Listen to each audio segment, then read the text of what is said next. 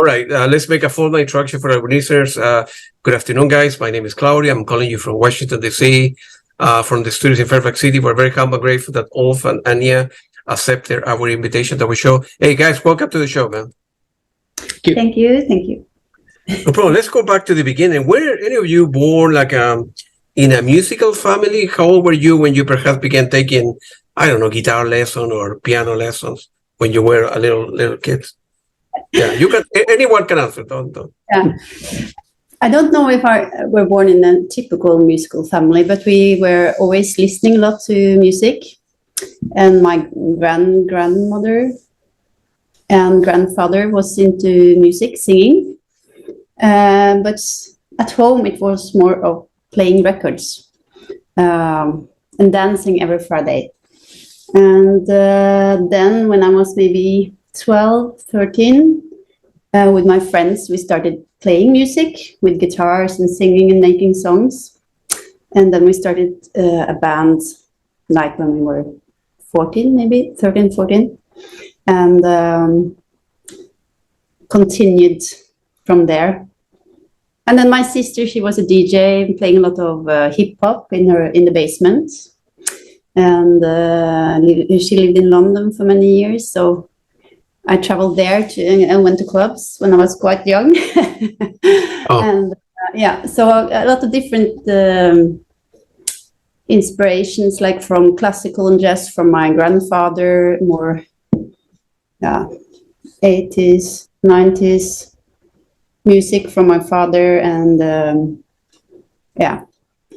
and all the hip hop and drum and bass from my sister. Yeah, so a lot of inspiration from different parts. But you have always been singing, right? Yes, at least from when I was like 11, 12. Yeah, and then I also started playing a bit of guitar at that age. Yeah. So that's the short version. Yeah. And what kind of music? I mean, were you buying? I mean, with your sister, were you buying records, or you listen to the radio, or of course the internet didn't exist, so YouTube didn't exist, or Spotify didn't exist, right? So you will go to clubs and listen to a lot of bands or stuff like that, or at school? Yes. From like I think starting going to concerts when I was like 13 years old. Yeah. A lot of hip hop concerts at that time, and but also like when I was a bit older, like grunge concerts. Yeah. A lot of different genres, and in my 20s it was a lot of jazz concerts, experimental jazz as well. Yeah, at the place called Blå in Oslo. But buying records, yes. My father had like a collection of vinyl, and my sister always played vinyl, but at my age we started with CDs, so started collecting a bit of different CDs. And I remember like getting the Portishead CD, Björk, also different genres. But yeah. So late 90s. Late 90s, yeah. Yeah. All right, and then, so you any of you started in a band when you were 13, 14, and you knew back then that you wanna down the road be part of a band, or it was difficult to decide at the time, or was pressure in your family, because eventually you turn 18, right? You finish high school, and then either you want to go to university, get a job, or become a musician. Your parents telling you, no, forget about music. You're not going to make any money. It's a difficult lifestyle. People in music do a lot of stupid stuff. Don't follow that.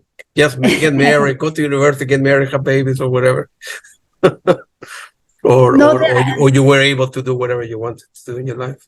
I was able to do whatever I wanted, but I think maybe more from my grandmother. She wanted me to do some education, and I think I have like a split brain. My brain is like in two, so the one is very logical, and the other is more like the artistic side. The opposite. The opposite. The absolutely opposite. So I'm maybe split, but I have like to use kind of both my brains for different things, and I like using both kind of. So I couldn't decide. So it was more up to me when I was like 18, 19, 20 to.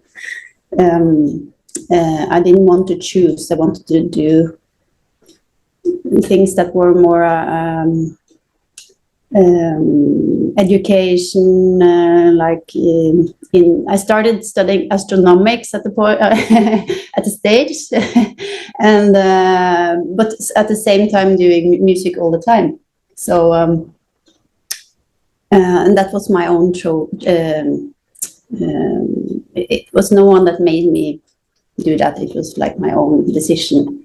Yeah. But so now I still do both, kind of. Yeah. Yeah, got it. It's funny that you say that you have like two brains into one, because I'm exactly the same. I'm just like, I knew when I was a little that I was the same. I mean, on one hand, I'm a scientist, right? Computer scientist. So, but on the other hand, music, art, psychology is very important in my life. When I do too much on one side, the other guy on the here say, no, go back to here. When I do too much here, I go back to the other side. So it's I'm always racing in my head. I'm doing both stuff.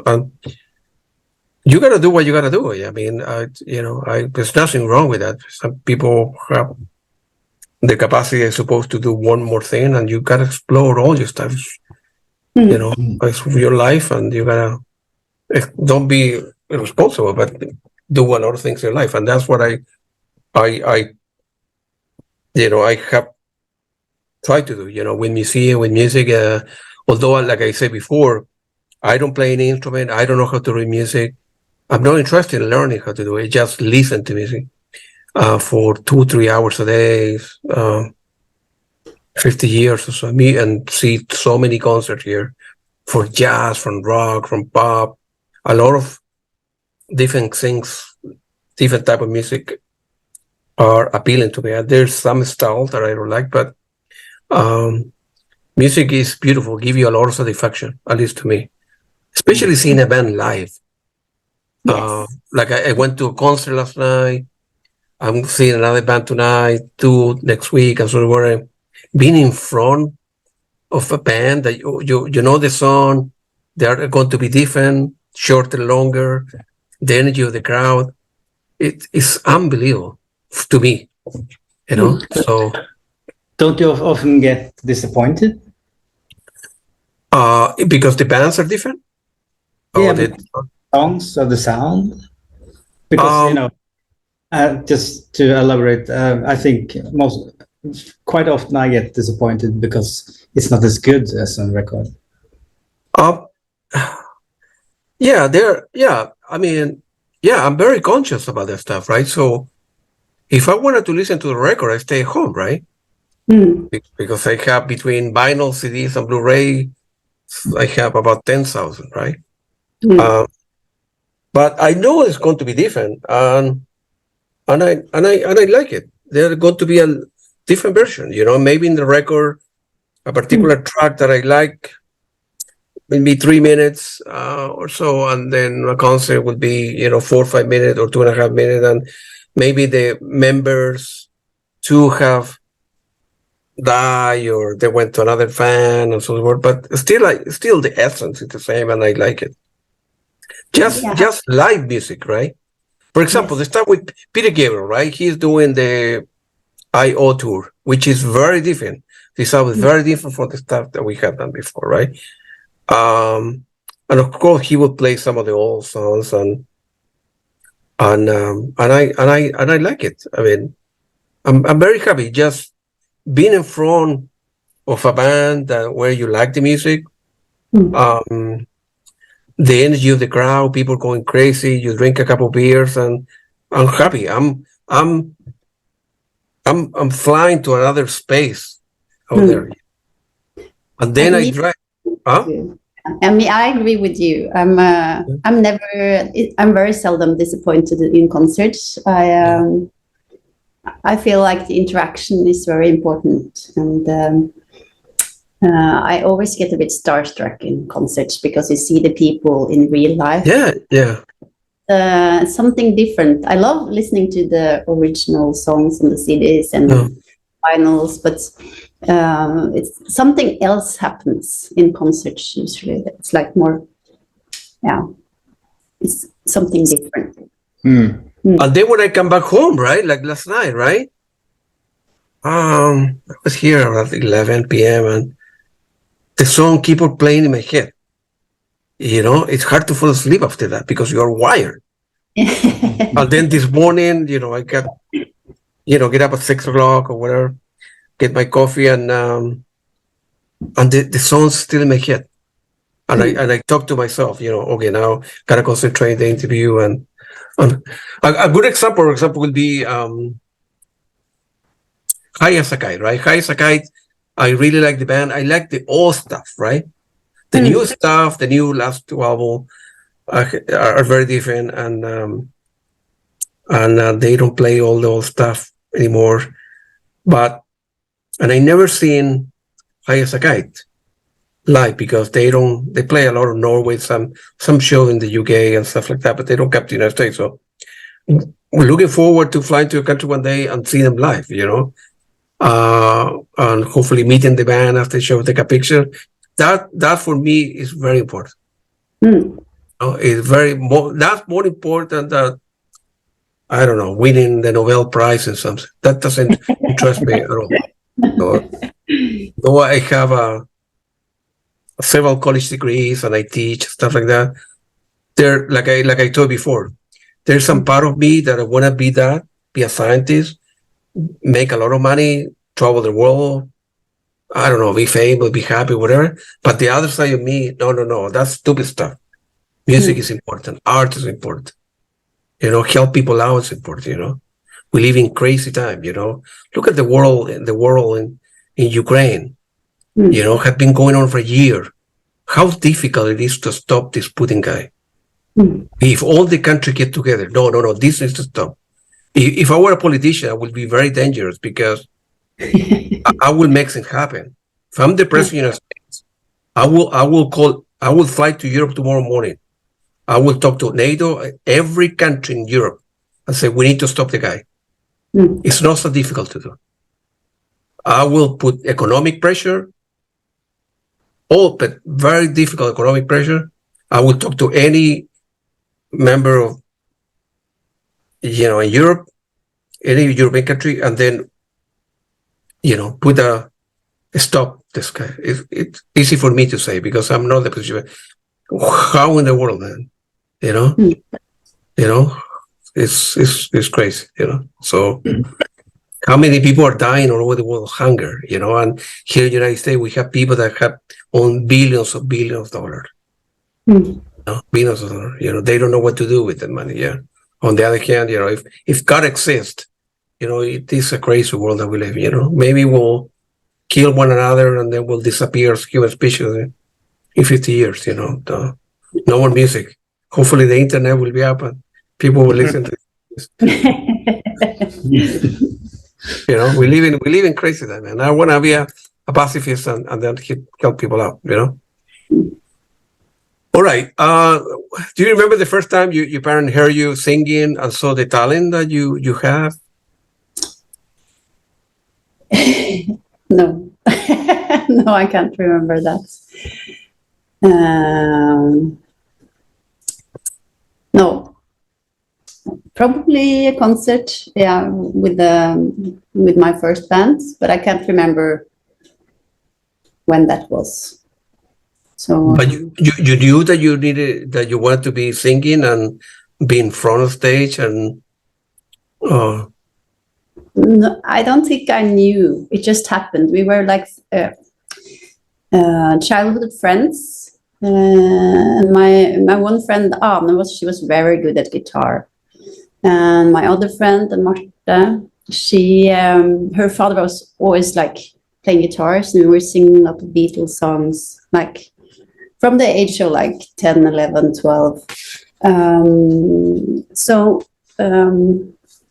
then when we were also more friends, and when we were hanging out, we were always like playing music and starting to making, in the beginning, most funny songs, like for humor, kind of, or maybe not humor, but more with quite fun lyrics.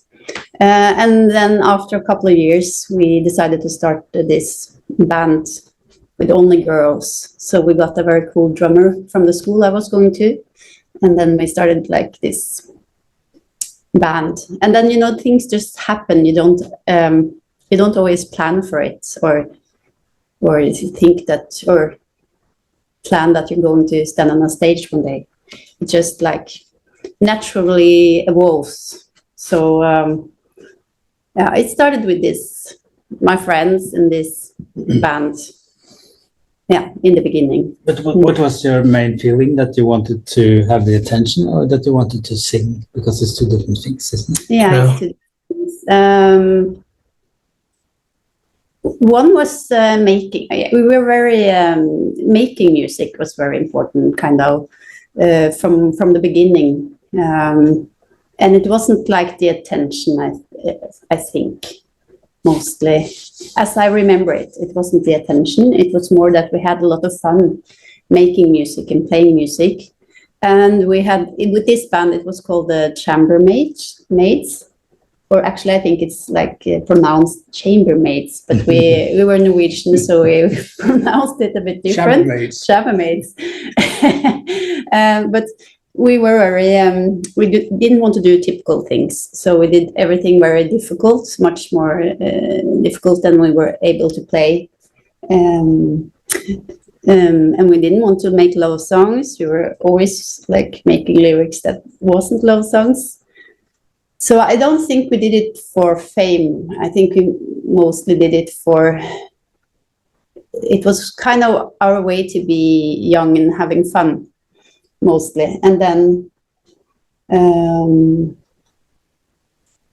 yeah, I think music for me, it started with this thing, and afterwards it was very much more introverting when I came in my 20s, where it was like, where I could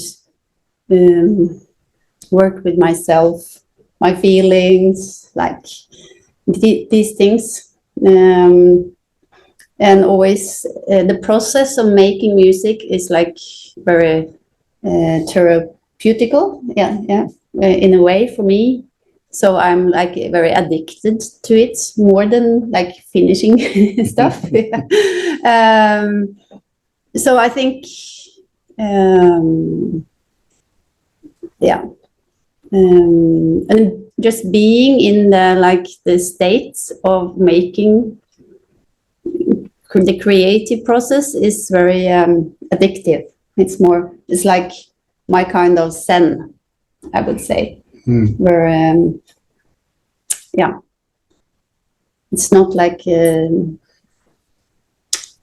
studying the garden. It's like more being in that process is very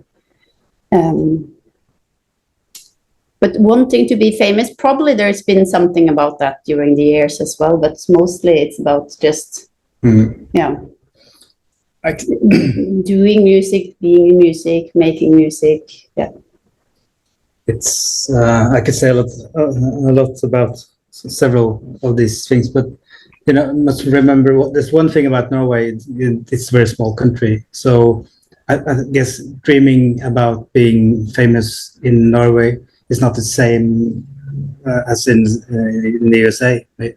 Because the market is very small. So there's lots of reasons why it's not more difficult, but it's different in Norway. It's the chance to get famous is kind of smaller. The chance of getting rich doing music is actually quite these days very small. If at least if you sing in Norwegian. So you have to be a bit bolder in your dreams if you're in Norway than in the USA, I think. Yeah, yeah. But at the end of the day, right? You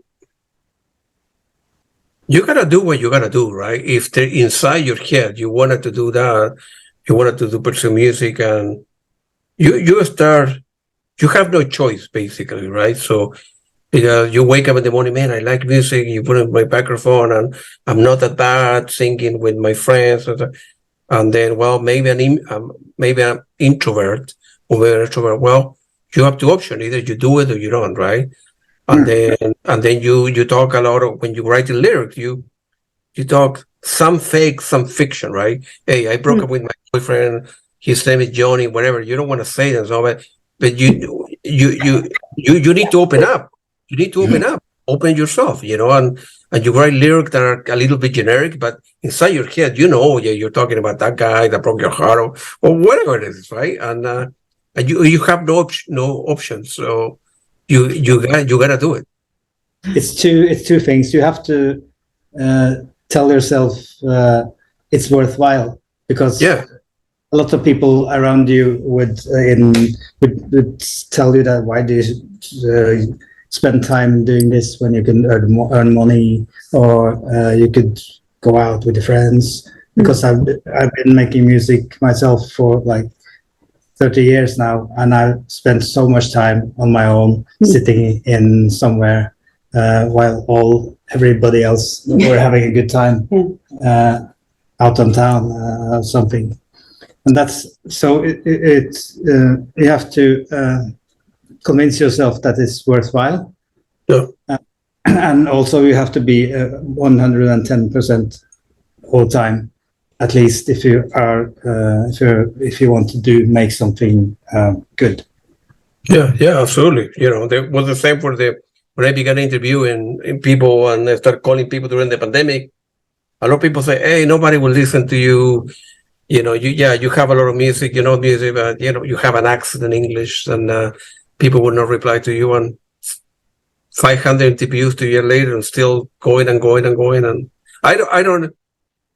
You need to do, like I said before, right? Be worthwhile for you, and inside your head, you need to follow your dreams. I don't care, in my case, what everybody else think or does or envy or this. I certain goals in my life, and I want to do it. You gotta be one day, at least be 80. I don't know. Maybe I will die when I'm 86. Look back in my life and say, man, I did exactly what I wanted to do.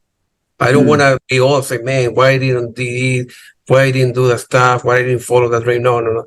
That's foolish to me, according to me, right? You need to follow your dreams and go for it. It's going to be hard, yeah, but you put more energy in stuff. I guess we kind of did this because on stage we were in LA at a hamburger restaurant with a not famous manager, but he was like doing some quite well-known bands, and he was maybe wanting to work with us.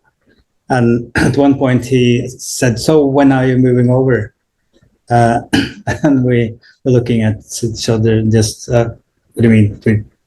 There's no chance we're going to move to LA to live in a small apartment for 5 of us. No, won't happen. And taking that decision kind of saved the band. It saved the music, everything, because all the time we have been able to make the music that we wanted to make. We haven't had any pressure at all, because we've been indie all the time, so full control. So it was a very good choice, but it was a crossroad there and then, I guess. Yeah, absolutely. No, absolutely.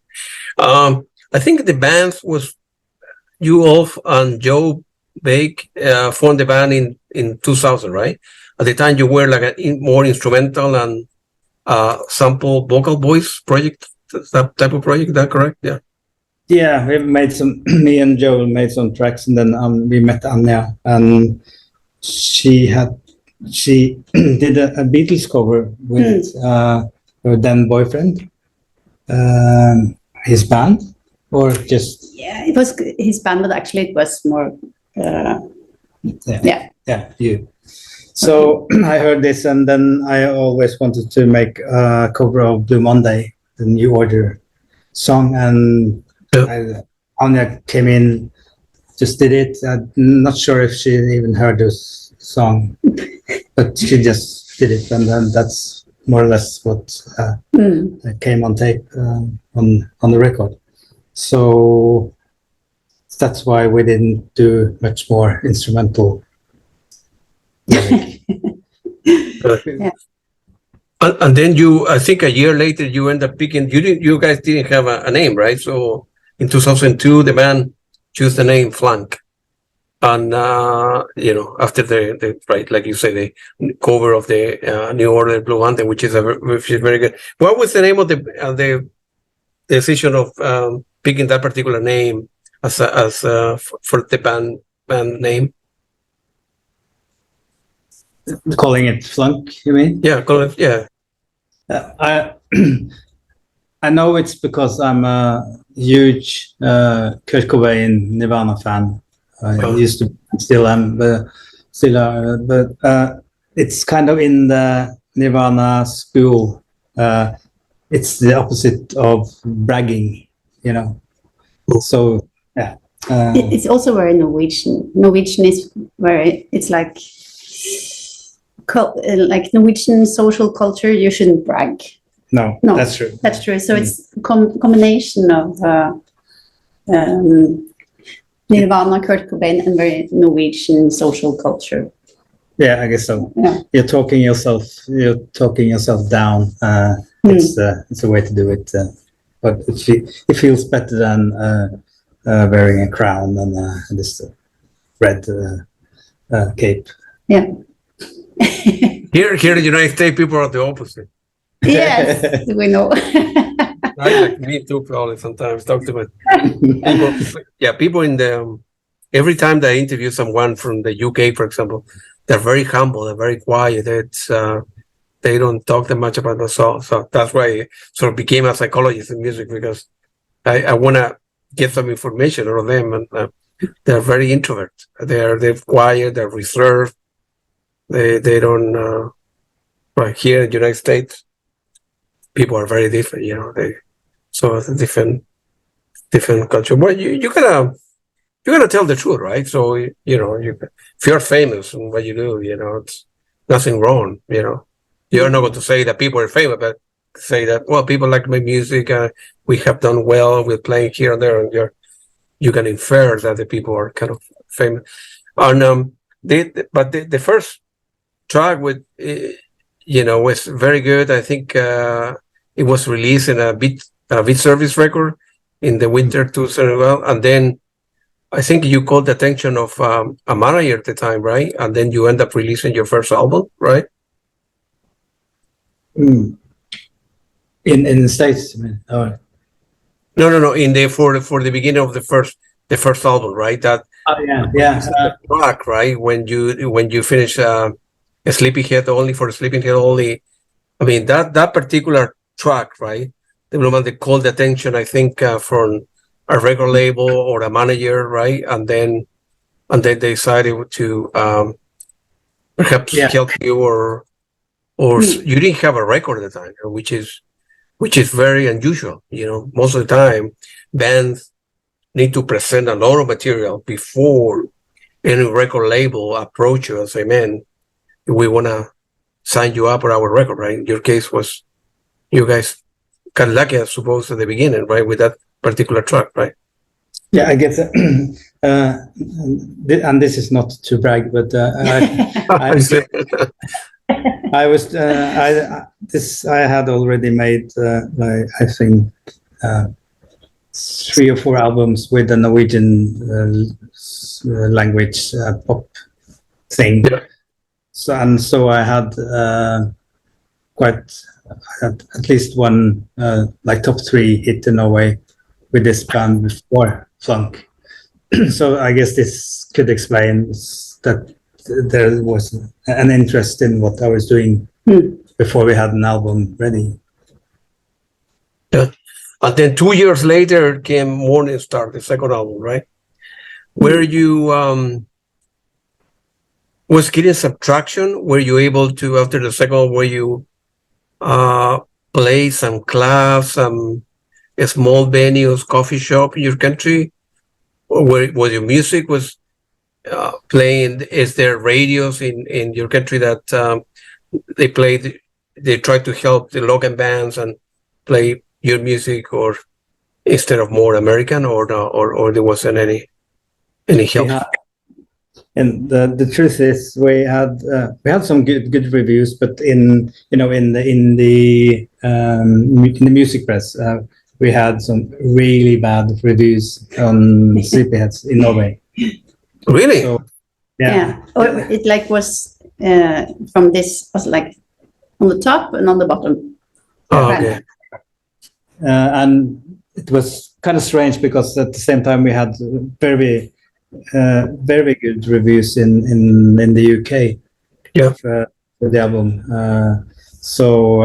But we've never really broke through in Norway. I know we had this song called "On My Balcony" from Morning Star, the one you just mentioned. I think it was on kind of a list they were voting for this year's summer hit on some radio channel, and I think that's almost the only. There were more like smaller radio stations or programs that are more into electronic music. That hva het han som spilte mye sånn Citrus og sånn. So it was, radio, so it was more independent, like programs that played it. And in the couple of first year, we had like some gigs that were on the big festivals in Norway. But after that, it's been more. We always like more had a scene broad from like the beginning. So luckily, I would say. Practically, I guess. I would say practically as band we are almost unknown in Norway. I think. Yeah. Almost. Or not. And then, yeah. And then you guys were working full time or go to school full time, because you were not making any matter of music. Music was like a sort of hobby, right? That you were doing. Well, we like music, but we need to pay the bills, right? When I get married or whatever, I need to work, right? So it was, you were not receiving any income from. Or then we're back to the Anja's two brains, because I guess all of us, at least me too, have always been working. Like the first time I got the record contract, they said, the A&R said, "Do not quit your day job." And I never did, actually. Well, a small period around 2000, but so we've always been working. Also many years like kind of part-time. It's like to be able to, at least many of us. You for many years. Yeah, true. And me. So we had like you work, so you. But we also you work so you can eat and have a place to live. Yeah, and you know, with I think all of us got a family, you know, so it was never. We were quite old when we started Flunk. I was, at least. I was young. You were young. Or how old was that? Yeah. Wow. Yeah. I suppose. Yeah. I suppose it's difficult to make it at the beginning, right? And then 2 years later, then 2006, you guys tour here as a mini tour in the West Coast here in the United States. What was the motivation, right? So you wouldn't, you were not that's famous in your country, right? In Europe, but you decided to, try the US market, right? And you came here to the United States in 2006, right? For like a mini tour in California. What was the motivation? Because you guys took a lot of risk, expensive to come here. You need to have like a working visa, I'm told. And that what was the motivation? You felt that maybe we are not that well known in Norway, but our music is good. We feel our music good. We should give it a try and go to the United States to see what happened? I think already we were selling quite a lot. So we had a track on the OC, which I never seen, but which were really popular. It was some stage, so we were much more known in the States than in we were selling a lot more records in the US. So yes, and we had we did this on a US label. So the kind of it was a market, I think, for us. So it didn't feel like a big risk. I don't think it was like our money. It was sufficient money in the project, I think, at that time. Yes, I agree. Yeah. And then you guys, I think you're referring to the live studio appearance in is a very famous radio station called KEXP. Yes. Every so often I see some band that they go and have like a YouTube channel where they put some very good bands. Actually, it's a very well known radio, and so you came here, right? To I think you played in San Francisco and in Los Angeles, and then and Seattle, and then so at the time you guys were selling CDs. You came to the United States. You were doing okay financially, and from motivation or point of view or strategy point of view, what would the next decision would have been at the time? Stay here, keep on recording, go back to your country to, because a question in your head, you say, man, why we're not popular in London, right, in the UK and in our own country, but we're very popular in the United States, which is very far away, right? So a question in your guys' head said, what's the next step? What do we do, right? I'm not sure. It was just fun, wasn't it? Yes. I think that was the time we had the meeting with the manager in the States, and he asked, "Are you coming over?" And we could. I think he was like, it could be like Coldplay or some. He said something like that. We thought, no, Coldplay is great, but we don't want to be like Coldplay. I love Coldplay, but so